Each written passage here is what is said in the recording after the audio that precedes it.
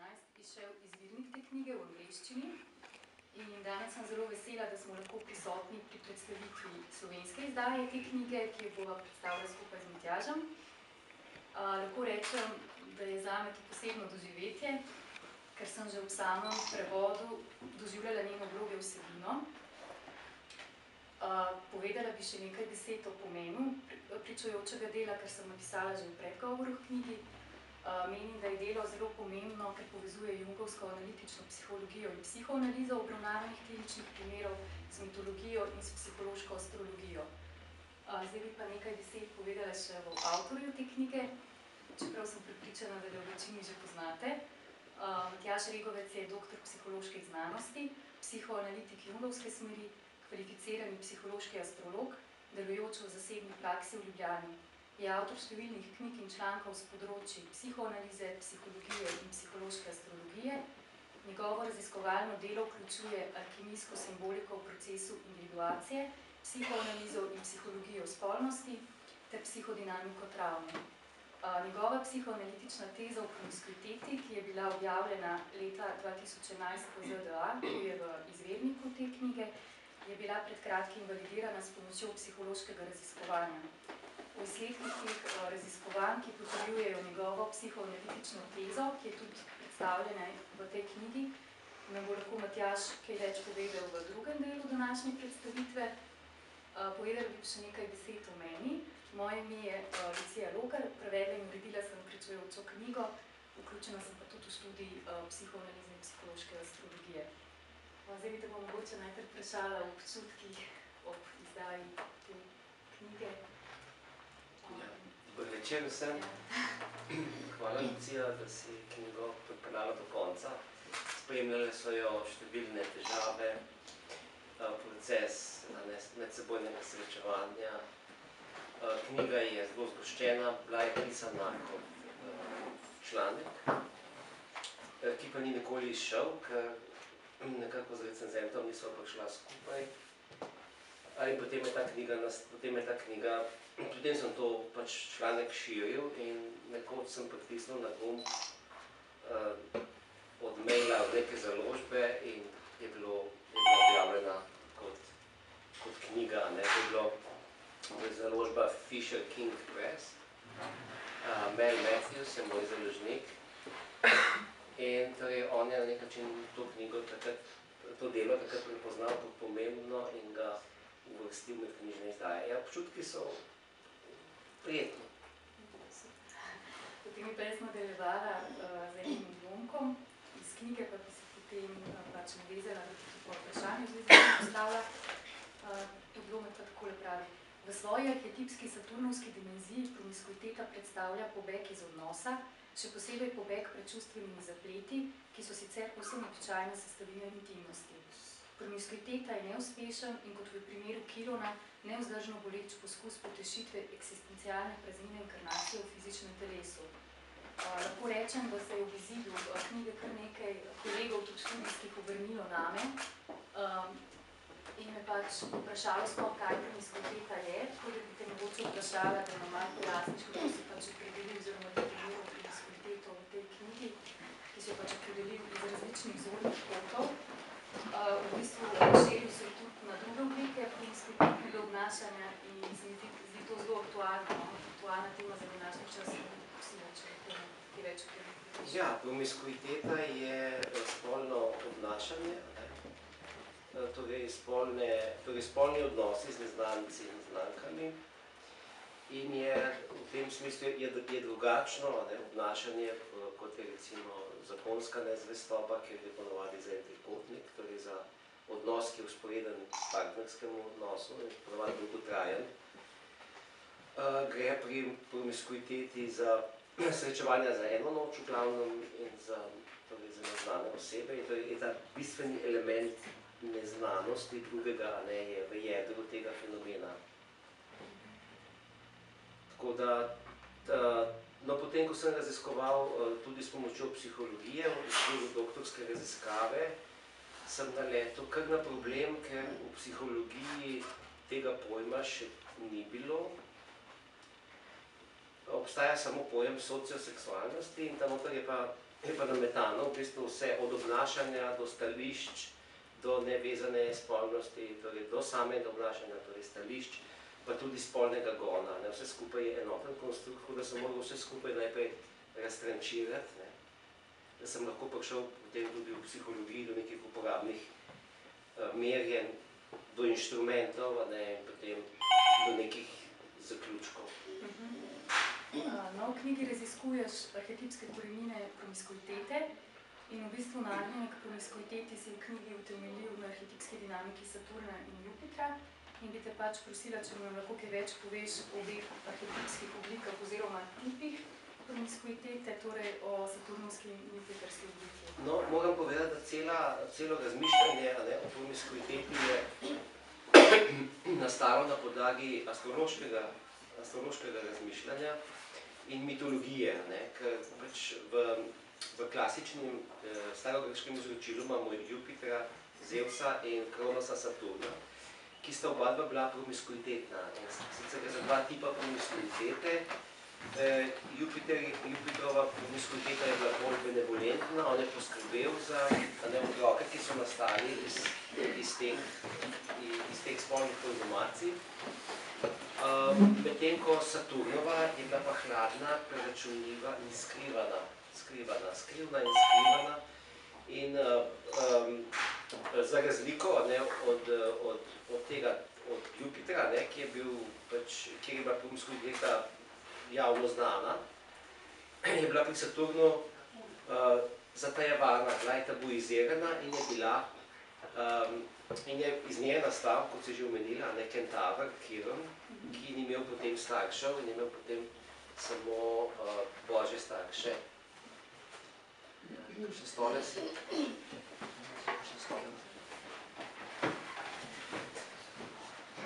Tako da ta dva faktorja, nisem niti malo pričakoval, da jih bom našel, tudi v psihološkem raziskovanju, ampak pač sem, zgodilo se je, da je pač s nekimi spremenljivkami v psihološkem raziskovanju, da sem prišel do podobnih dveh velikih faktorjev, v katerih je eden topel, benevolenten, pozitiven, in je povezan s promiskuiteto, drugi pa je ta hladen, saturnovski, ki je preračunljiv, povezan s temnimi dimenzijami človeške narave, torej predvsem s psihopatijo in makiavelizmom, torej manipulacijo. Tako da sta dejansko ta dva faktorja ven prišla, česar pač nisem pričakoval. Pričakoval nisem tudi spolnega gona, ki se je odcepil od teh velikih dveh dimenzij.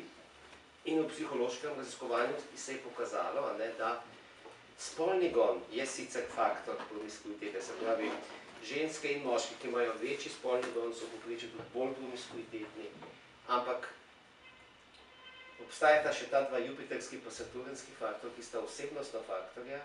Zdaj, v jungovski analizi sta arhetipa, v psihologiji sta pač nadredni dimenziji osebnosti, ki pa nimata veze s spolnim gonom, se pravi, da obstajata te dva tipa promiskuitete, ki nista vezana sploh na spolni gon, pomembno nista vezana. In to pomeni, da promiskuiteta ne obstaja samo zaradi tega, ker bi bili ljudje potrebni seksa, ampak so tukaj zadaj bolj kompleksni, verjetno arhetipski razlogi in pač korenine. So pač neki drugi motivi, recimo pri hladnem tipu promiskuitete so lahko zadaj dobrobiti, ki jih ima zlasti nežnejši spol lahko od promiskuitete. Pri toplem tipu promiskuitete je to lahko pač so to pač lahko moški, naprimer, ki imajo zelo veliko žensk, ki imajo velik vpliv in moč in denar v družbi, pa ne samo tisti. Tako da tukaj se potem res kažejo pač neki faktorji, ki še niso bili do zdaj merjeni sploh v povezavi z spolnim obnašanjem. Hvala. Jaz bi mogoče, tudi Jung je obravnaval simbolni pomen incesta in pravi takole, bom prebrala en citat iz knjige. Incest simbolizira zvezo s samim seboj, pomeni individuacijo ali vzpostavljanje povezave s sebstvom, selfom, in ker je to življenjsko pomembno, incest sproža zgroženo občudovanje. Morda ne kot golo dejstvo, zagotovo pa kot psihični proces, ki ga nadzira nezavedno, kar je dobro znano vsem poznavalcem psihopatologije. In bi te zdaj mogoče prosila malo za interpretacijo oziroma da malo pojasniš povezavo promiskuitete in incest. Ja, tukaj je zdaj malo težje, in ne znam vedno pojasniti, včasih mi posreč, včasih ne, gre pa za torej, da rečem, ustanovni mit psihoanalize o Oidipu, ki je torej, z Jokasko, svojo materjo, konzumiral, torej spolno konzumiral odnos, mati pa mu je bila neznana. In ko je on prepoznal pravzaprav svojo mater, da je to njegova mati, je seveda ta spolna konzumacija prenehala in nastopila je anksioznost, notranje potovanje, z njegovo ščirko sta potem potovala, torej vid se je obrnil na nek način navznoter, začelo se je pač neko potovanje, ki ga morda delamo, ki ga najbolj delamo v svetovanju in psihoterapiji. Zdaj, ta povezava anonimnosti partnerja je v Oidipovem mitu povezana z incestom. Torej, lahko bi rekli, da do te mere, kot ne poznamo svoje matere ali pa svojega očeta, recimo sin mati, do te mere potem s pomočjo promiskuitete iščemo mater. In partner mora biti neznan, zato ker je bila mati do neke mere neznana, iz nekega razloga odsotna, ali je bil odnos prekinjen, ali je šlo za zgodnjo motnjo, karkoli. In v tem smislu bi promiskuiteta delovala kot način, tako kot pri Oidipu, prepoznati mater. Se pravi, pogoj za promiskuiteto je točno to, da je partnerka neznana, da je partner neznan, zato da bi lahko premostili, in v tem premostili razdaljo do matere, ki je bila neznana, in s tem, tukaj noter je povezava incesta in promiskuitete. Če to definicijo razširimo še malo naprej, potem bi lahko rekli, da tudi v okviru obstoječega partnerskega odnosa lahko je odnos promiskuiteten do te mere, če gremo na notranje raven, do katere ne poznamo svoje partnerke oziroma svojega partnerja. In s pomočjo spolnosti pač skušamo narediti nekaj, kar še ne moramo narediti na psihološki ravni. To je ta povezava, seveda psihičnega incesta in promiskuitete, ki pa se veže tudi na dejanski incest v družinah. Recimo, raziskave so pokazale, da otroci, ki so imeli varno navezavo, so potem manj promiskuitetni. Ali pa recimo v smislu incesta med sorojenci, so tisti, ki so se med seboj bolj poznali, pa kljub temu, da niso bili genetsko, torej vrstniki, ki so se med seboj poznali, so bistveno manj lahko konzumirali spolne odnose kot tisti, ki se niso poznali. Torej, da ta na nek način ta medsebojno poznavanje, psihološko poznavanje en drugega deluje zelo antipromiskuitetno. Posebna vrednost knjige je tudi v predstavitvi kliničnih primerov iz svoje psihoanalitične prakse in bi prebrala en odlomek iz knjige, ki opisuje problem promiskuitete pri pacientki in bi pač te prosila, če nam lahko potem malo pojasniš, kako se to dogaja oziroma zanimavo v praksi. Ines je začela s psihoanalizo, ker je v svojih odnosih prepoznala problematični vzorec. Skoraj vse odnose je imela s promiskuitetnimi, nedosegljivimi moškimi, ki so bili v razmerjih z drugimi ženskami. Velikokrat se je počutila razvrednoteno. Emocionalno globino, po kateri je hrepenela, je vedno iskala v seksualnosti, vendar se je počutila prazno in neizpolnjeno, raztrgano na koščke. Posledica tega je bila, da se psihično ni mogla dobro počutiti, torej se je še naprej nadaljeval občutek uničenja. Ja, to je pač tako, ja. Zdaj, V bistvu je ponazorjeno iz tvoje v bistvu v stik sem prišel s promiskuiteto, torej, ko sem jo poimenoval v klinični praksi, sem videl, da je to bolj močna beseda, kot pa se zdi, ne, in da ko sem jo izrekel, je nastal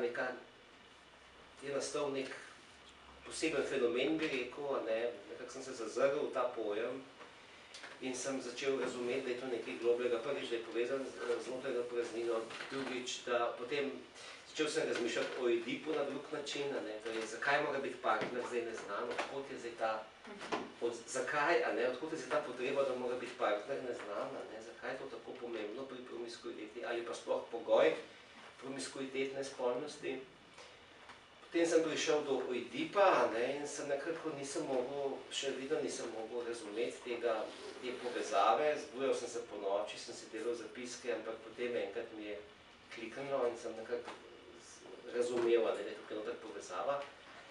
Tako da zagotovo, ne, v primerih, ko je starš odsoten, ali recimo, ko je starš kot objekt raztrgan, recimo, da je starš psihotičen, ne, in je zaradi tega recimo agresiven, zagotovo, ne, v takšnem primeru nastaja pač ta praznina, ne, s katero moramo nekaj narediti, ne. Promiskuiteta je v tem smislu eden od načinov, kako poskušati, seveda lahko uspešno, lahko neuspešno, velikokrat je neuspešno, priti do, če rečem pač v tem smislu objektnih odnosov, do objekta, do dobrega objekta. Kot sem že omenila prej, je bila ta tvoja psihoanalitična teza o promiskuiteti, ki je v tej knjigi vsebovana, pred kratkim validirana oziroma potrjena s svojim psihološkim raziskovanjem. To je tako, ne, to kaza, zato ne morate dobiti, ne. Zdaj, pokazalo se je v psihološkem raziskovanju, da so pač isti faktorji, ne, da bi lahko bilo, skratka, da obstaja topli tip, hladni tip, pa tip spolnega gona. No, mogoče bi tukaj par besed povedal v primerjavi z delinkvenco, s prestopništvom.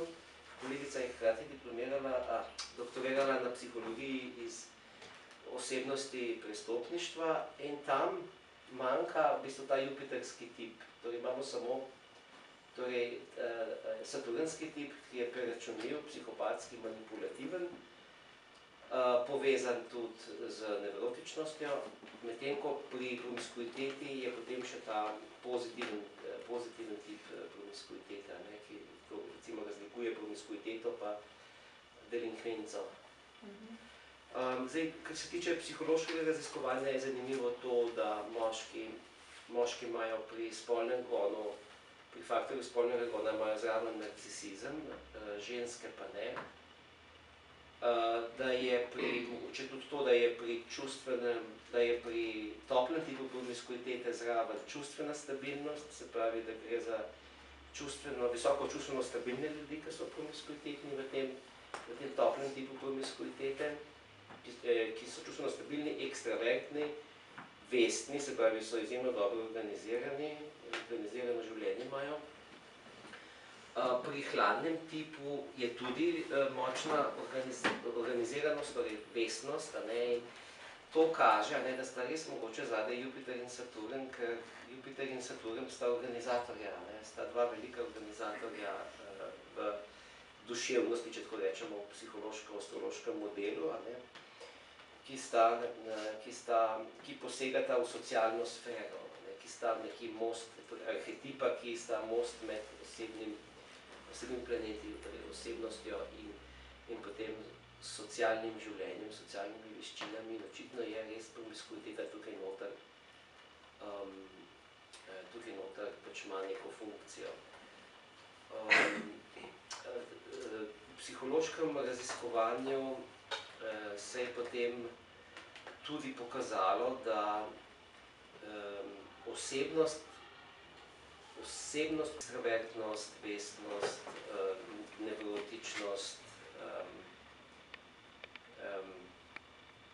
prijetnost, in da je treba pravzaprav uporabljati po eni strani neke manjše dimenzije, torej tako imenovane facete teh velikih dimenzij, po drugi strani pa neke nadredne dimenzije, ki vključujejo torej na eni strani temno naravo, psihopatijo, makiavelizem, narcisizem,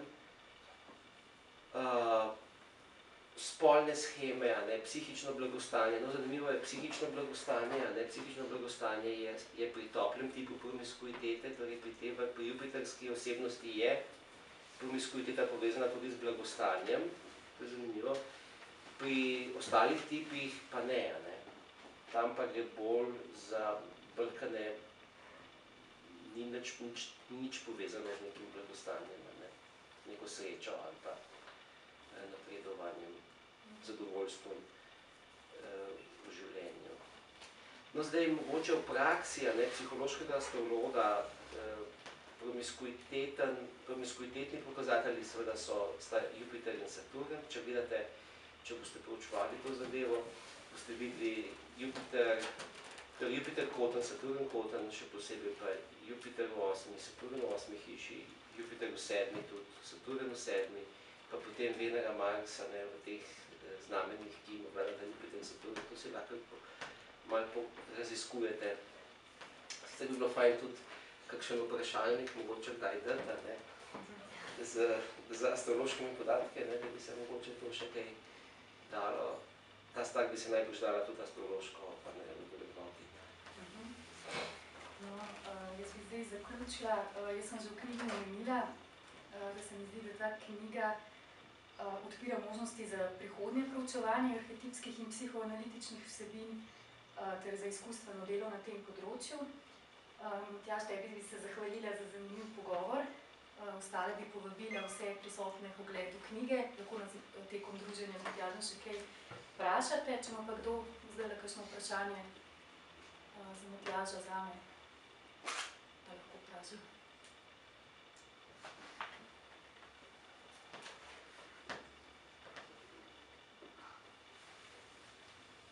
Ni vprašanj, pa bomo zaključili.